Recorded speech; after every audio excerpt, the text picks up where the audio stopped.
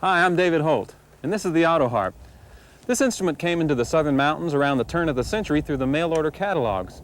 It, along with a lot of other modern conveniences such as the treadle sewing machine and the icebox refrigerator. But before the time of the refrigerator, this old spring house kept the milk cold. Instead of using things like this, people had to use these old pottery jugs. Pottery was an important part of the rural household. I'm not talking about pretty plates that just sit on the shelf. Survival pottery was everyday working stuff. Crocks and jars, churns and pitchers. The rural folk potter was usually also a farmer, and like everybody else, to use what was at hand. He dug clay from the riverbanks or red clay from his fields. It was hard work, and the whole family pitched in. We're going to be visiting Burlon Craig of Lincoln County, North Carolina. He's one of the last folk potters still working in the old traditional ways.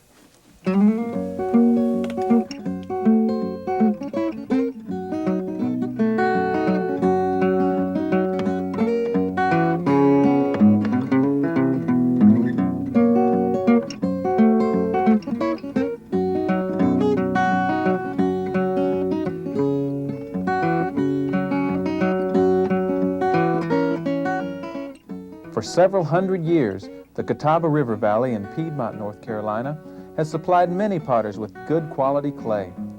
From the time of the settlers on into the 1930s, this part of Lincoln County has been the site of dozens of pottery shops. Now there is only one, at the home of Burlon Craig. Burlon is the last active folk potter in North Carolina. For more than 50 years, he has kept to the traditional methods of digging his own clay, mixing it, making his own glaze, and firing a variety of stoneware pots. Are you the only person around here using a wood-fired kiln now? Yeah, I'm the last one, I guess. Is that right? Using the wood-fired kiln. The kiln that Burlon uses is called a groundhog kiln because most of it's underground. It was built during the 1930s from handmade bricks made from clay dug right out of the pasture.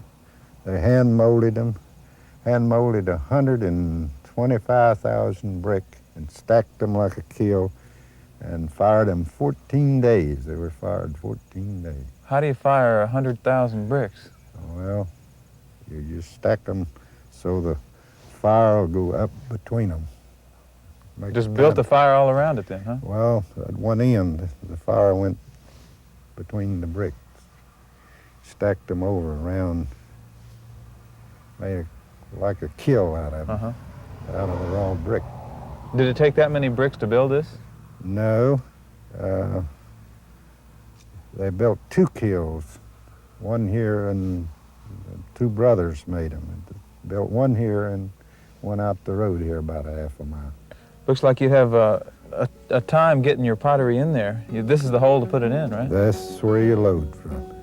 What do you have to do, get down on your belly? And Well, on my knees and hands and knees and crawl in. how much will this hold? Well, I usually burn 550 to 650 pieces. Depends on the size that you fire. Is that right? How long does it take you to get that much pottery together? It takes a good while. It takes a lot of hard work. Yeah, I bet. Half a year? No, I burn 3 or 4 times a year. The opening is bricked up during the firing. All the action is at the other end, the business end, as Burlon calls it.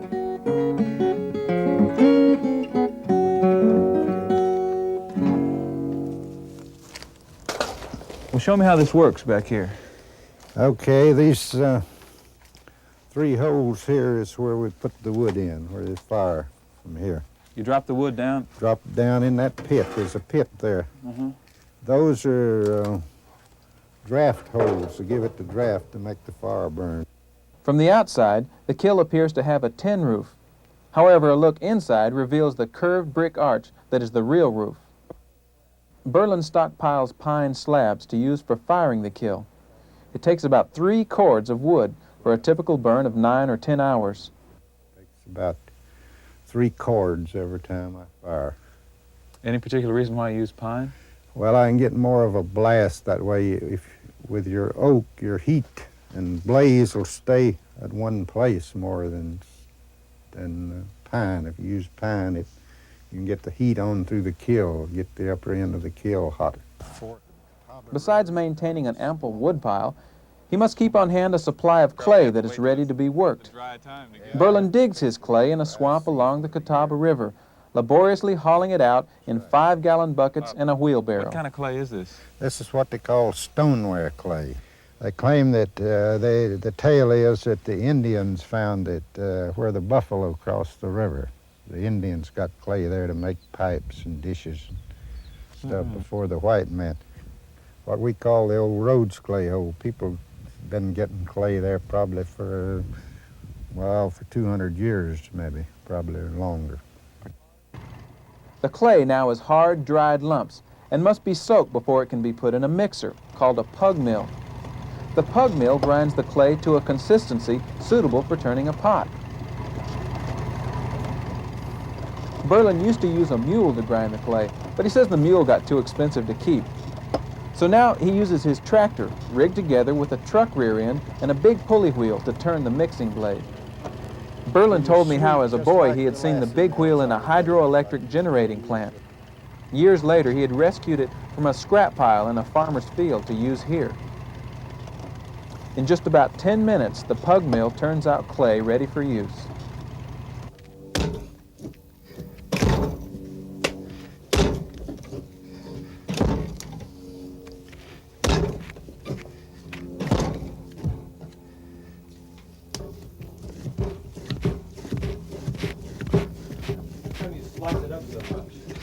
That's to get the air bubbles out of it, air out, and to make it the same all through the clay. You don't have to do that, but it'll turn better if you slice it up that way.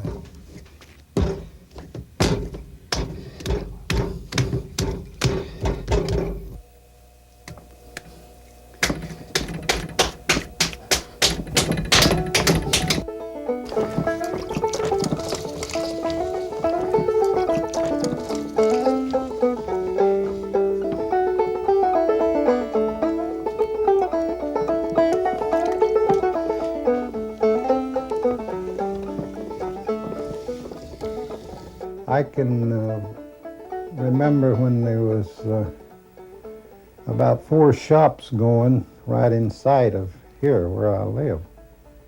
And it was made all in this area, maybe 40 or 50 different places, maybe over a period of 100 years. Well, the Leonards, the Reinhardts, and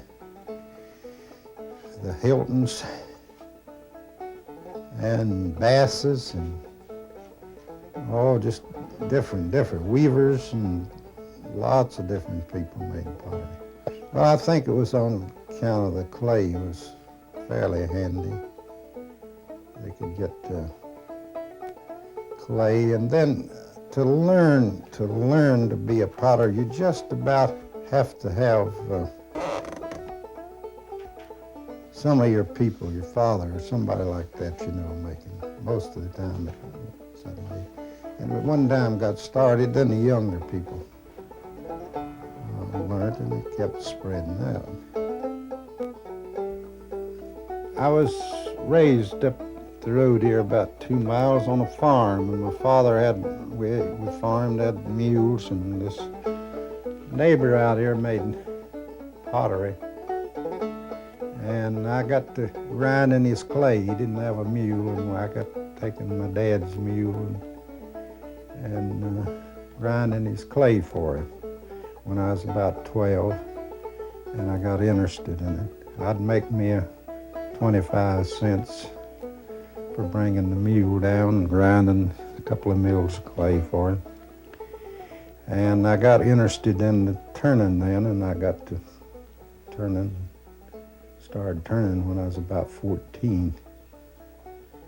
And I've been at it ever since.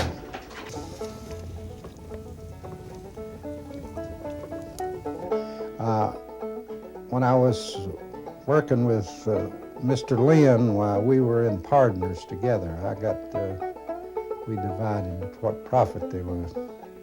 But then after he got disabled to work and I went to work for the Reinhardts, I worked for so much a gallon, turned for 2 cents a gallon. I'd turn about 100 gallons a day, make $2. That was better than working at the sawmill for $1 a day.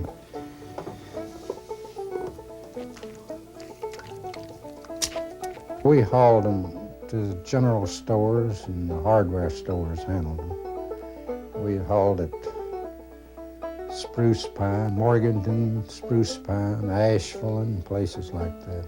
Back in that Big Toe River and Little Toe River country, people up there used them to pickle beans. The designs Burlon uses for his pottery are a mixture of tradition and his own ideas. He is perhaps best known for his face jugs.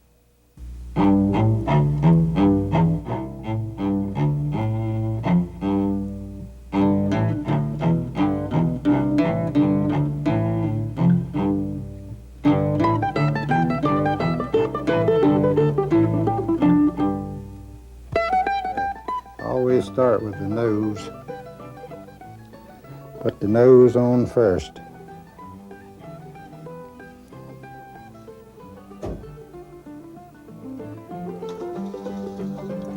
And the eyes.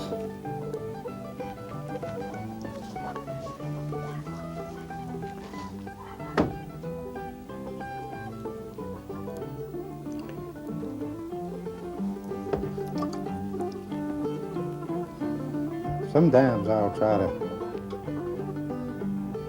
copy somebody that I saw or something, but most of the time I just make a face. Now we'll get the ears.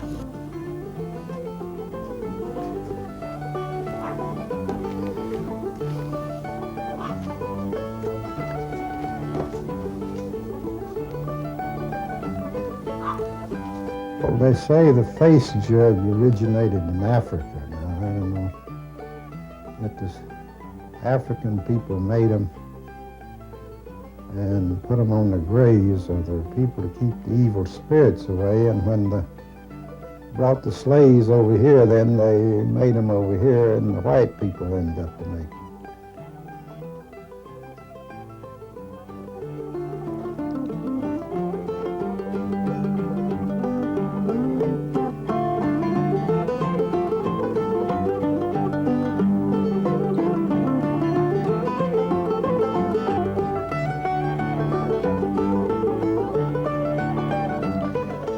So that's another face jug.